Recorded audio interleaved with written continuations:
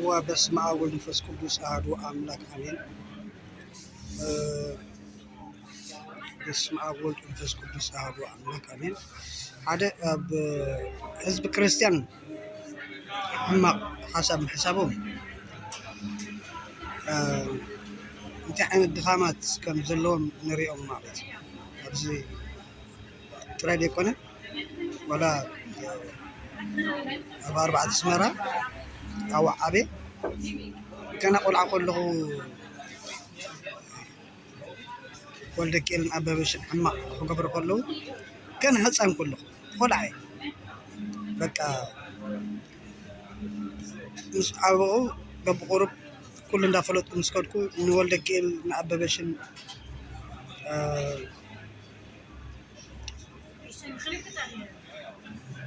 يحجزهم سريحنا يحجزهم مالتي سمو وليدهم هتصاون تدسر كله هتصاون تقولوا يسرقوا سريعهم أبن داسب يتصقعوا زغمزي زقبرة سعداي زغمزي جيرو كاب ماكل هاجري كاب عفا عدي سريعهم ناب إرترا أبربعة سمرة أبولك إن أبابشن يقدفون مالتي أو مس قدفوني كم ديومن فقر عيرينن فقد مارشا بيدي يدك اسم مالتي فقد مارشا بيدي بعد كاتدرال اسمرا أو دكيسا كون ود 10 4 عدمه مسكونكو ناب مدبر تعليم سوا وريده مالتي مدبر تعليم سوا ودي نيش ولا يعني أو تعليمه ودي ناي تنشين زقامان قلمله كله وتدروا تعليم ودي أقرب عزو نور هذا أكل تبع عزنا نبع الهاي كوتا مسينا مالتي نبع الهاي كوتا مس مسنا كون نب مدبر كفلة تعليم على بازيت كوماندو تماهرنا مالتي ناي سبورتي ممهراني لهم أو كندي فتناتات تغيروا أزي ودي تعليم كفلة تعليم ودي أب أهادو كورمي تمسار حالد كلا كفلة سراوي تربعي برجد نيرة مالتي أجار كبير برد بس مران كبابي أنا عبي مالتي كم صدرهم تزت متنيرهم حدا نجر استعذبكم بنشتري كله سلزرأخو لعل ولدك إلن أبابشن مستمع شارختم كوينم أب أسمرة كوداري إلن فوجر لين أقول أزي بقى حنقولك في تمام يلوكم زي حنقولك في تمام زي حنقولك في تمام بهم عبي بس عبوا أنا سدراي حلوينة المركب بزحت عرتات يكاد نيرة مالتي أبز مع كلام امرأة تمتسجل إسرائيل كرخوا من إسرائيل تسفى غيره بس جنزب دسود سباتلو حساباتهم كاني أولا وتدرنا نسمى قتال نيرو بزحت من الأشياء قتلوا له أو هجروا أو بالقلت كلنا بزي أمحار ما يسمنا له لهم قتلوا من الأشياء تلو قتلوا له أنا وين حدا كابهم أنا كم زغلت عندنا خمس الفليتة تم كم زقبر بفوتوغرافي انتري ولا بكتاب باتا ريه سترايون سعادو خمس خون فليتة أم كاتقرنا تمهير سلا زعبه أم حارني خا وافتقبابون عرب سلا زلوا عرب كالميدة بزي أبكتاب باتا قرب أبي نسبلكو ما شجري بيت كريستيان غير صلاة قبل شجري بيت كريستيان كده فتا مريم أستريو توالت كتر مدري خيد كلا خيدت صلاة قبل ناب إسرائيل مع كلمة برا ما تسمع بتي ما تس نايستري هلا ونات جن ما تصنع تقدر نيرة بخير من قدينا بس مرة 5 سنين سلام انتاي أبلع عليك في 5 فات سمو زفت سمو زلو سلام انتاي كم دخانة أنا زي መጽናዕትታት ገይረ ብዙሕ ጭቡጥ ነገራት ረኺበ ብዙሕ ጭቡጥ ነገራት ምስ ረኸብኩ ናብዚ ማእከላይ ምብራቕ ይሕሸኒ እስራኤል እንድሕር ከይደ ኣብኡ ኣብ እስራኤል ዝመፁ ኣብዚ ማእከላይ ምብራቕ ስድራይ ከም ዘለው ናይ ቀደም ኣፅኒዐ ንዓይ ዝመስል ኣብ ፎቶግራፋት ደልየ ምስ ረኸብኩ ኤውሮጳዊ ኮይኑ ፀኒሑ ቦይ ኣደይ ኤውሮጳ ኮይኑ ፀኒሐ በዚ ብፊልሚ ዝተሰነደ ናይ በዓል ታይታኒክ ረኺበ ኣብኡ ምስ ረኣኹ ንበዓት መፀኒ ማለት እዩ ንበዓት ምስ መፀኒ ናተይ ስድራይ ከም ምዃኑ ተረዲእኒ ማለት እዩ ናይ በዓል ጃክ ኤንድ ሮዝ ኢሎም ታይታኒክ ኢሎም ዝፅውዕዋ እታ ፊልሚ ደይኮነ ሓቀኛ ዝተሰነደ ካብ በዓል ዓዲ እንግሊዝ ኣየርላንድ ብማእከላይ ባሕሪ ገይራ ክትሓልፍ ከላ እንታይ ዓይነት ኣብቲ ውሽጢ መራኽብ ግብረ ሽባራውያን ኮይኖም ንዖም ተመሲሎም ሕማቕ ገብሩ ነይሮም ማለት እዩ ሕጂ ግብረ ሽባራውያን ማለት ኣብ ሙሉእ ዓለም እዩ ቅልውላው ዝገብሩ ማለት እዩ ኣብ ኤርትራ ኢትዮጵያ ጥራይ ኣይኮነን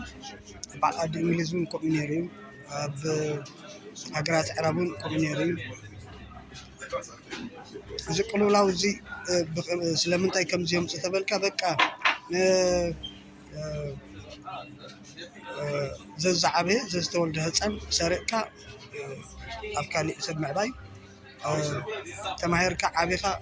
ትምህርቲ ካልእትካ ጌርካ ወሊድካ ሓዳርካ መስሪትካ ኣብ ሃገርካ ኮፍ ኢልካ በረኸት ናይ ሃገርካ ንኸይትካፈል ከም ዝነበና ኣብርሃም ንሳራ ዝርብሾም ዝነበሩ ኣባርያን ማለት ዘይሕጋውያን ግብረ ሽባራውያን ንብረት ክሰርቁ ኢሎም ሰብ ቀትሉ ብቴሌፎን ይፀናፀኑ በቃ ከምኡ በቃ ኮነ ኢልካ እዩ ዝግበር እዚ ከምዚ ዓይነት ኣለው ናይ ከምኡ ዝከታተሉ ኣለው በብሓደ የፅርይዎም እዮም የትሕዝዎም እዮም ሓደ ግዜ እውን ቦሮጦ ትበሃል ነይራ ቦሮጦ ማለት ውሾኽ ኣብ ኢድካ ተኣታትካ ቦሮጦ ኢኻ ትወፅእ ንሰብ እውን ቦሮጦ የውፅኦም ማለት እዩ ኣብዚ ናይ ቋንቋ ትግርኛ ዛዕባ ኩሉ ብሩኻት ሰባት ብሩኻት ስድራ ኣለው ንዖም እውን ይርብሽዎም ነቲ ዓዲ ገዲፎም ናብ ካሊእ ይኸዱ በቃ ነቲ ዕድሜና ረጊሞሞ ዕድመ ንእስነትና ይረግሞ ስለምንታይ ውለድ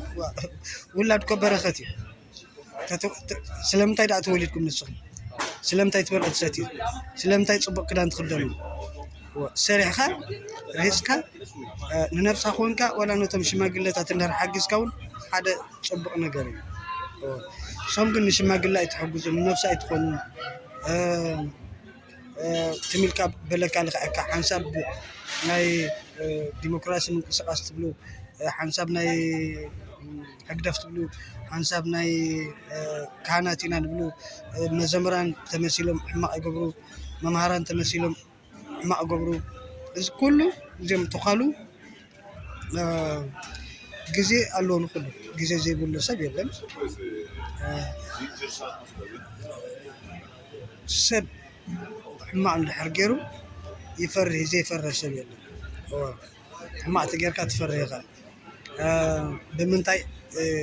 መንገዲ ንሰብ ሕማቕ ጌርካ ስለምንታይ ከኒ ማዕረ ክንዲዚ ንሰብ ተሸግር ካብ ምንታይ ትበጊስካ ንነብስኻ መርምራ ወይ ነብስኩም መርምሯ ነብስኩም መርምሯ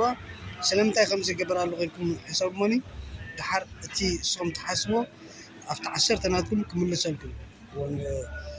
ንስድራኹም እውን ከምኡ እዮም ገይሮምዎም ንዓኹም እውን ከምኡ እዮም ገይሮምኩም ሕማቕ እዮም ገይሮምኩም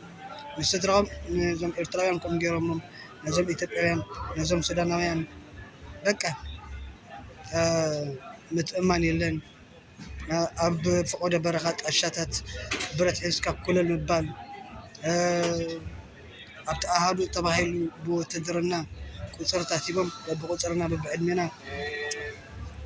ውጋዕ ሕድሕድ ምስ ኤርትራን ኢትዮጵያን በዚ መሓሩ መፂኦም ና ኢልካ ተተወጋእካ ምስኻ ፀኒሖም ክበልዑ ክሰቲ ፀኒሖም ሰብ ቀትሉ በቃ ነቶም ኢትዮጵያውያን ከምኡ ነቶም ሱዳናውያን ከምኡ በቃ ሕማቕ ታሪክ ሕማቕ ታሪክ ብጣዕሚ ዝሕዝን ታሪክ ነዚ ግዜ መንእሰያት ክትልውጥዎ ትኽእሉ ኢኹም እቶም ኣቦታት ለባማት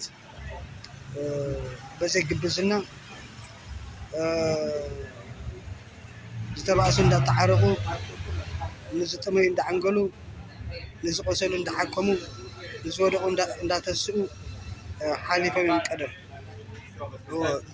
ታሪክ ናይ ዓበይቲ ሰባት ኣሎ ዋላ ናይ ፃዕዱ ኣሎ ዋላ ናይ ፀለምቲ ኣሎ ዋላ ናይ ኩሉ ሰብ ፍጡርሲ ካብ ወበን ካብ ኣደን ዝተወለደ እንታይ ትሰርሕ እንታይ ትገብር እንታይ ትሓስብ እንታይ ትሃንፅ እንታይ ትሰርሕ እንታይ ትበልዕ እንታይ ትሰቲ ጥራይ ዘይኮነ ኩሉ ሰብ በሊዑ ሰትዩ ተኸዲኑ ገንዘብ ሒዙ ንስድርኡ ነቶም ደዕበይዎ ይሕግዙ ብዓቕምኻ እዩ ዓቕምና ምሕሳብ ፅቡቕ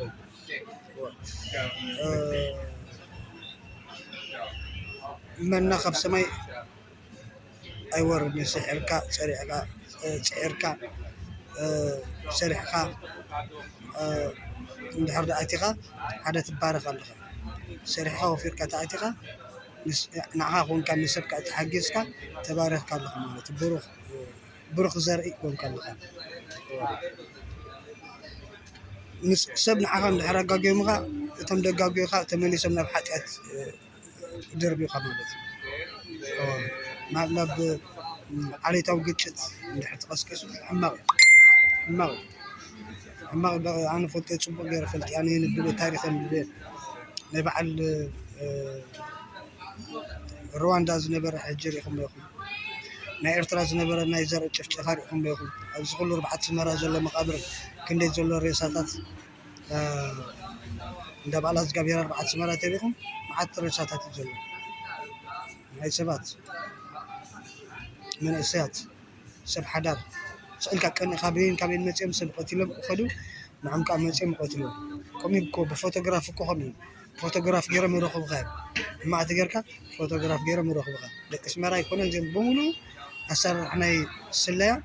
ፈልጥዎ ናይ ፀጥታ ማለት እዩ ናይ ፀጥታ ኩሉ ሰብ ይሰርሕ በቃ ቻው በሉ ድሓን ቅንያ ትግበረልና ዝመፅእ ኣውደ ዓመት ከዓ እግዚኣብሔር ይባርከልና ሰናይ ቅነ ይግበረልና ቻው ኣብ ሰማይ ትነብር ኣቦና ስምካ ትቀደስ መንግስትካ ትምፃእ ፍቃድካ ከምቲ ኣብ ሰማይ ከምኡ ድማ ኣብ ምድሪ ይኹን ናይ ሎሚ ዕለት ንገረና ሃበና ንሕና ንዝበደሉና በደሎም ከም ዝሓደግናለን ሓደገና ዳ እምበር ኣብ ፈተና የእትወልና ክብርን ሓይልን መንግስትን ንዘላለም ኣሜን ናይ ኣቦና ቅዱስ አብርሃም ይስሐቅ ያዕቆብ በረከትን ጸሎቶምን ምስ ኩልና ይኹን ኣቦና አብርሃም ናብ ቤርሸባ ዝመፀሉ ካብ ግብፂ ወላሓንቲ ቁሩብ ኣባጊዕ ሎጥ ሳራ ከዓ ነይራ ውሕዳት ቤተሰብ ነይሮም ንኣቦና አብርሃም ግን ቤርሸባ ማይ ፍሒሩ ምስ ረኸበ ዒላ ፍሒሩ ምስ ረኸበ ማይ በሎቕ ኢሉ ምስ ወፀ እግዚአብሔር ንኣብርሃም ስለ ዝሰምዖ እግዚአብሔር ብሩኽ ስለ ዝኾነ ስለ ዝባረኸ ካብ ዘርእና ዝተንከፈ ንኣቦና አብርሃም ጸሎት እንታይ ነይሩ ናይ ሳራ እንታይ ነይሩ ይስሐቅ ምስ ተወለደ እንታይ ዓይነት ደስ ኢሎም